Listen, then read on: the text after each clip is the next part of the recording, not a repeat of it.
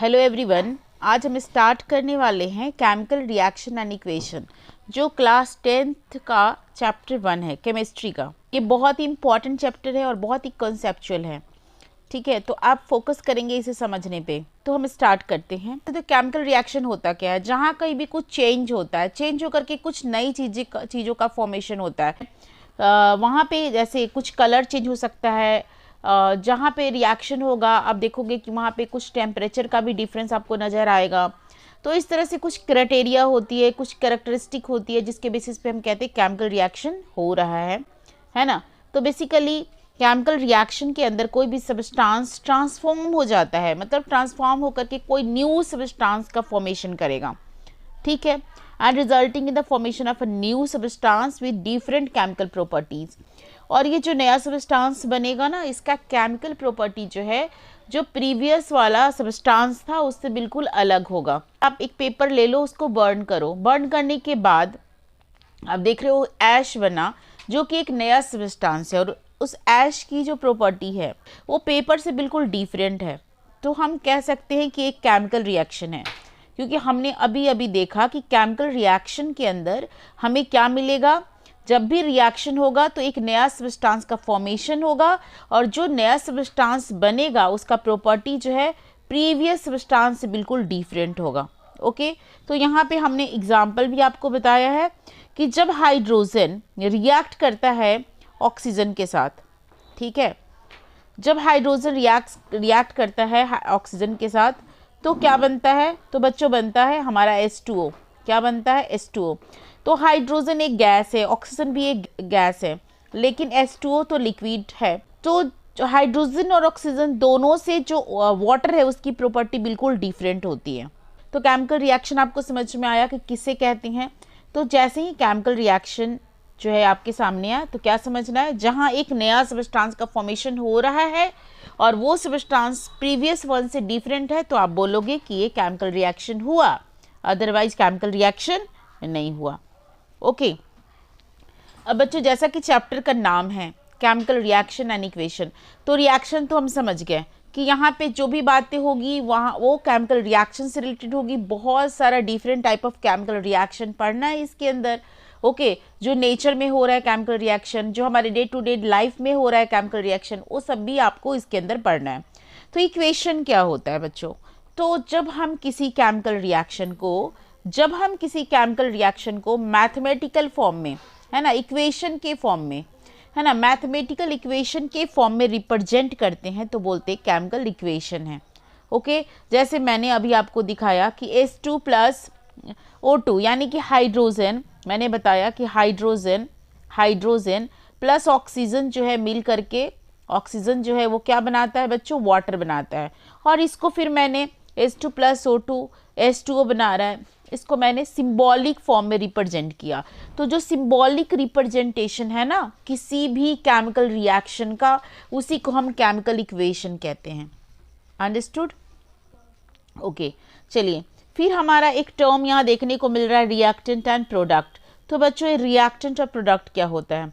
तो आप ये समझो कि रिएक्टेंट यानी कि रिएक्शन होने के पहले जिन चीज़ों को हम लेते हैं, रिएक्शन अभी हुआ नहीं है लेकिन रिएक्शन होने के पहले हम जिन चीज़ों को लेते हैं उसे हम क्या बोलते हैं? रिएक्टेंट, है ना। जैसे H2 और O2 हमारा क्या है? रिएक्टेंट है। और जब रिएक्शन हो जाता है, जब हमारा रिएक्शन हो जाता है और हम जिन चीज़ों को, रिएक्शन होने के बाद जो चीज़ें फॉर्म होती है उसे हम क्या बोलते हैं? प्रोडक्ट। जैसे यहाँ पे आप देख रहे हो, यहाँ H2O हमारा प्रोडक्ट है जो आफ्टर रिएक्शन बना है, लेकिन रिएक्शन के पहले ये अलग था। तो जो रिएक्शन के पहले था that is known as reactant, and reaction के बाद जो बना that is known as product. Next हम बात करेंगे बच्चों कैरेक्टरिस्टिक ऑफ केमिकल रिएक्शन की। मतलब यदि कहीं पे केमिकल रिएक्शन हो रहा है तो आप कैसे बोलोगे कि यहाँ पे केमिकल रिएक्शन हो रहा है ना। किन चीज़ों के बेसिस पे हम कहेंगे कि एक केमिकल रिएक्शन हो रहा है या नहीं हो रहा है। ठीक है, जैसे हमने फ्रूट्स को रख दिया सपोज, और फ्रूट्स के अंदर आप देखते हो थोड़े टाइम के बाद बहुत सारा मैंगो है, और हमने एक टोकरी में मैंगो को रखा हुआ है, और आप थोड़े टाइम के बाद देख रहे हो मैंगो पक गया। मैं बोलूँ कि केमिकल रिएक्शन है। ठीक है, तो आप बोलोगे कैसे केमिकल रिएक्शन है, किन बेसिस पे आप बोल सकते हो केमिकल रिएक्शन है? तो कुछ कैरेक्टरिस्टिक है जिसके बेसिस पे हम बोलेंगे reaction is a chemical reaction है कि नहीं है। तो एक कैरेक्टरिस्टिक क्या क्या है बच्चों, तो सबसे पहले जहाँ भी केमिकल रिएक्शन होगा वहाँ पे क्या होगा, कलर चेंज होगा। तो केमिकल रिएक्शन होने का मतलब हो सकता है कलर चेंज हो, टेम्परेचर चेंज हो सकता है ना, जहाँ केमिकल रिएक्शन होगा वहाँ का टेम्परेचर चेंज हो सकता है, ठीक है। स्टेट चेंज हो सकता है, मतलब यदि वो सॉलिड स्टेट में है रिएक्शन के पहले तो हो सकता है बाद में लिक्विड में आ जाए या गैसियस फॉर्म में आ जाए, या पहले गैस में था तो फिर से वो लिक्विड या सॉलिड में आ जाए, तो स्टेट चेंज भी हो सकता है ना। इवोल्यूशन ऑफ गैसेस भी आप देख रहे हो, यानी कहीं केमिकल रिएक्शन होगा तो वहाँ पे मे बी कि कुछ गैसेस इवॉल्व, कुछ गैसेस निकले, जिसके बेसिस पे वी कैन से कि केमिकल रिएक्शन इज अकरिंग और नॉट अकरिंग। ओके, देन आप देख रहे हो कि फॉर्मेशन ऑफ प्रिसिपिटेट। प्रिसिपिटेट का मतलब होता है जैसे कोई भी चीज़ें आप देखते हो ना, मान लो आप टेस्ट ट्यूब के अंदर कुछ केमिकल डालो, है ना, वाटर डालो, इसके अंदर कुछ केमिकल डालो, थोड़ी देर के बाद हम नीचे देखोगे कि कुछ जम गया, है ना, तो जो नीचे जम जाता है उसी को हम प्रेसिपिटेट बोलते हैं, जिसको शॉर्ट फॉर्म में हम पीपीटी भी लिखते हैं, ठीक है। तो जहाँ केमिकल रिएक्शन होगा तो कुछ चीज़ें आपको ऐसे लगेगा कि कुछ प्रेसिपिटेट का फॉर्मेशन हो रहा है ना, जो कि इंसॉलेबल, जो वाटर में इंसॉलेबल होते हैं प्रेसिपिटेट के फॉर्म में नीचे जम जाते हैं, राइट। तो ये कुछ क्राइटेरिया है, on the basis of that we can say कि केमिकल रिएक्शन हो रहा है। और शॉर्ट फॉर्म में आप याद रखना चाहो तो जैसे फैक्ट होता है ना, वैसे फिक्ट्स एक वर्ड हमने बनाया है, फिक्ट्स। F for formation of precipitate and E for evolution of gas, C for color change, T for temperature change and S for state change। तो शॉर्ट फॉर्म में याद आप ऐसे रख सकते हो, यदि आप चाहो तो इसे जिस तरीके से आपको सहूलियत हो वैसे आप इसे रिमेंबर करो। Representation of a chemical reaction, तो बच्चों कहीं केमिकल रिएक्शन हो रहा है तो कैसे रिप्रेजेंट करोगे। सपोज आप लैबोरेटरी में जाओगे, क्लास 10th में हो तो वहाँ पे कुछ कुछ प्रैक्टिकल भी होते हैं, जैसे आप लैब में जाओगे वहाँ पे आपको मैग्नीशियम रिबन दे दिया जाएगा, मैग्नीशियम की रिबन आती है, रिबन इस तरह से पतला उसका कुछ रिबन के फॉर्म में होता है, वो रोल रहता है, ठीक है। मैग्नीशियम रिबन का एक्सपेरिमेंट भी आपको, तो मैग्नीशियम रिबन आपको दे दिया जाएगा, जैसे ही आप उसे बर्न करोगे इन द प्रेजेंस ऑफ ऑक्सीजन, है ना, उसे बर्न करोगे तो ये बर्न जो है बहुत ही ब्राइट वाइट फ्लेम के साथ बर्न करेगा। जैसे दीपावली पे आप पटाखे जलाते हो ना, तो फुलझड़ी होती है, फुलझड़ी को जलाते हो तो किस तरीके से एक डैजलिंग फ्लेम निकलता है, बिल्कुल ऐसे ही जैसे आप मैग्नीशियम रिबन को बर्न करोगे तो उसमें एक डैजलिंग वाइट कलर का फ्लेम निकलेगा, है ना। और उसके बाद जो ये रिबन है ना, ये मैग्नीशियम का रिबन है सपोज, यानी मैग्नीशियम की पतली सी पत्थर टाइप की होती है ना, ये बर्न करने के बाद पूरा ऐश बन जाएगा, इसका राख बन जाएगा, ठीक है, वाइट कलर का पाउडर बन जाएगा। ये जो ऐश है ना कैसा है, वाइट कलर का पाउडर है, ठीक है, वाइट पाउडर है, राइट। तो बेसिकली आप इसे जैसे एक केमिकल रिएक्शन है, ठीक है, आप इसे कैसे रिप्रेजेंट करोगे, है ना। तो when magnesium ribbon is heated in oxygen it burn with a bright white flame and form। और ये जो वाइट कलर का पाउडर है ना बच्चों, ये क्या है बताओ, ये मैग्नीशियम ऑक्साइड का पाउडर है। क्या है ये, मैग्नीशियम, यानी कि आप इसे जब रिप्रेजेंट करोगे तो मैग्नीशियम लिखोगे, मैग्नीशियम का फॉर्मूला लिखोगे Mg, और मैग्नीशियम बर्न हुआ in the presence of oxygen and then form हुआ MgO, ठीक है, क्या फॉर्म हुआ, MgO। ये MgO जो है वे यही पाउडर है, वाइट पाउडर के फॉर्म में है, ठीक है, वाइट पाउडर के फॉर्म में, ठीक है। तो हमने रिप्रेजेंट किया अपने केमिकल रिएक्शन को इस तरीके से, मैथमेटिकल फॉर्म में लिख सकते हो, वर्ड इक्वेशन में लिख सकते हो, बैलेंस कर सकते हो, बिना बैलेंस के लिख सकते हो, तो अलग अलग तरीका इसे रिप्रेजेंट करने का।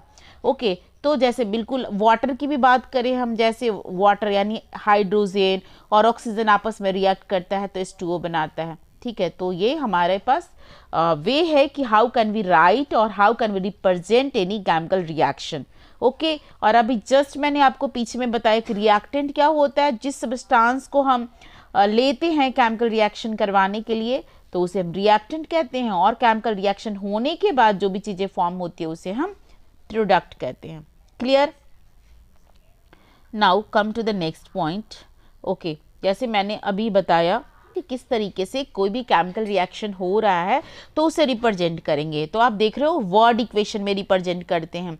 तो वर्ड इक्वेशन क्या होता है, आप जैसे ONE1 TWO2 जैसे आप वर्ड पढ़ते हो ना, किसी भी चीज़ के वर्ड को लिखना, तो ऐसे ही हम वर्ड में मैग्नीशियम लिखेंगे, वर्ड में ऑक्सीजन लिखेंगे, एंड आफ्टर रिएक्शन जो भी प्रोडक्ट फॉर्म हो रहा है उसे भी हम वर्ड में लिखेंगे। तो जब वर्ड में लिखते हैं तो इसे वर्ड इक्वेशन कहते हैं। जो सिंबल है ना, समटाइम हम क्या करते हैं उसको सिंबॉलिक, जैसे आप वर्ड में नहीं लिखना चाह रहे हो, आप चाहते हो कि बहुत बहुत हमें फास्ट लिखना है, या सिंबॉलिक रिप्रेजेंटेशन सिंबल के फॉर्म में लिखें, ठीक है। तो सिंबल ए ब्रीफ है, brief representation of a chemical reaction in term of symbol and formula of a substance involved। तो जो भी substance reaction में participate कर रहा है उन सारे substance को हम एक symbol, एक formula के form में लिखेंगे। जैसे मैग्नीशियम प्लस O2 है ऑक्सीजन, मैग्नीशियम प्लस ऑक्सीजन क्या बनाएगा, मैग्नीशियम ऑक्साइड, और हमने इसे बैलेंस भी कर दिया। तो या तो आप सिंबल में लिखो या तो फिर आप वर्ड में लिख सकते हो। वर्ड में पूरा पूरा वर्ड लिखना है मैग्नीशियम का, ऑक्सीजन का, लेकिन सिंबल जब लिख रहे हैं तो आपको क्या लिखना है, मैग्नीशियम के लिए हमने सिंबल Mg लिख दिया, ऑक्सीजन के लिए हमने सिंबल O2 लिख दिया। तो इस तरह से आप वर्ड में भी रिप्रेजेंट कर सकते हो, आप सिंबल में भी रिप्रेजेंट कर सकते हो। क्लियर? ओके।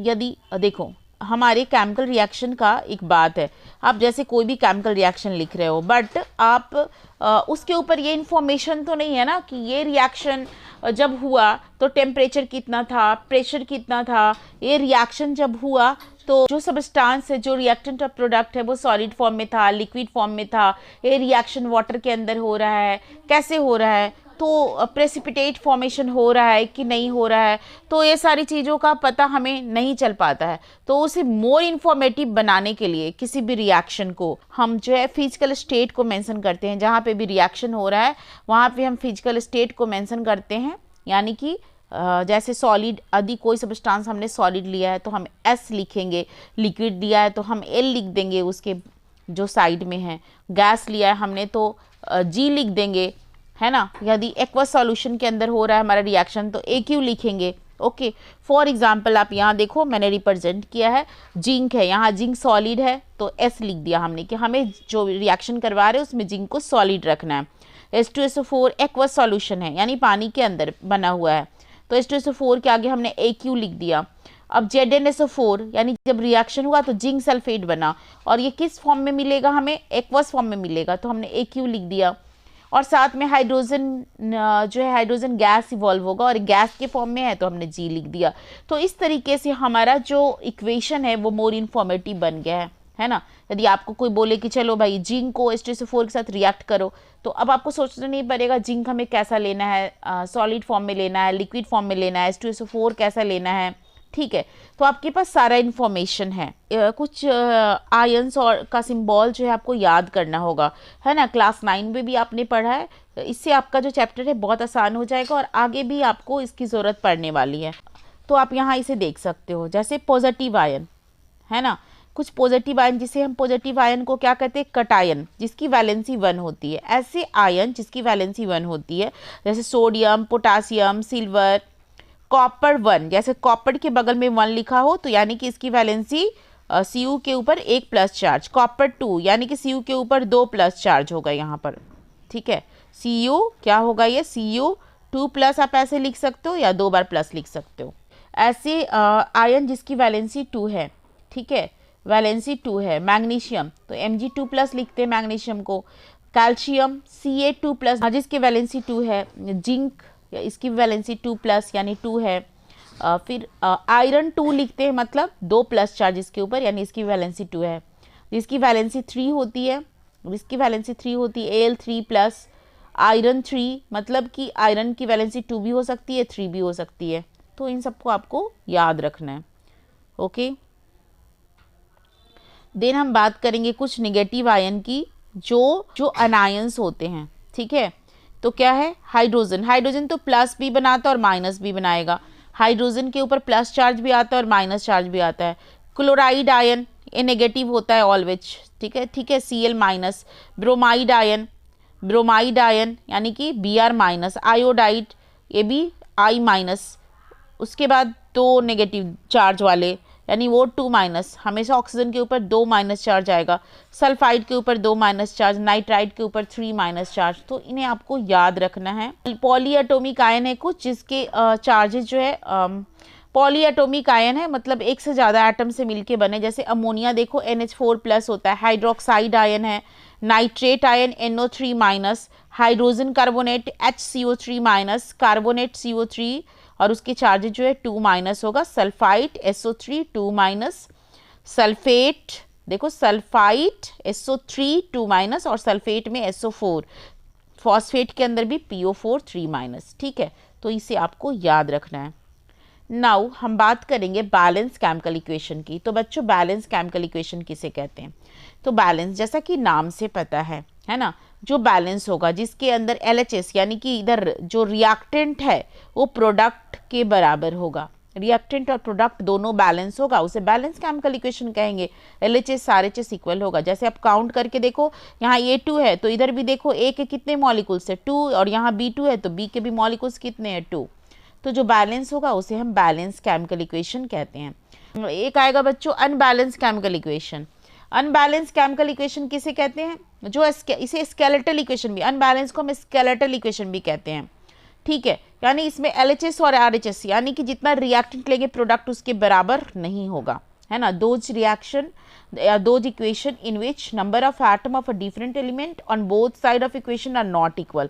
अब देख रहे हो इधर मैग्नीशियम 1 है तो इधर भी 1 है, ऑक्सीजन यहाँ वो 2 है और इधर 1 ऑक्सीजन है, मतलब बैलेंस नहीं है। और जो बैलेंस नहीं है उसे क्या बोलेंगे? Skeletal equation. ओके, नेक्स्ट है क्वेश्चन बेटा हमारा कि why do we balance chemical equation.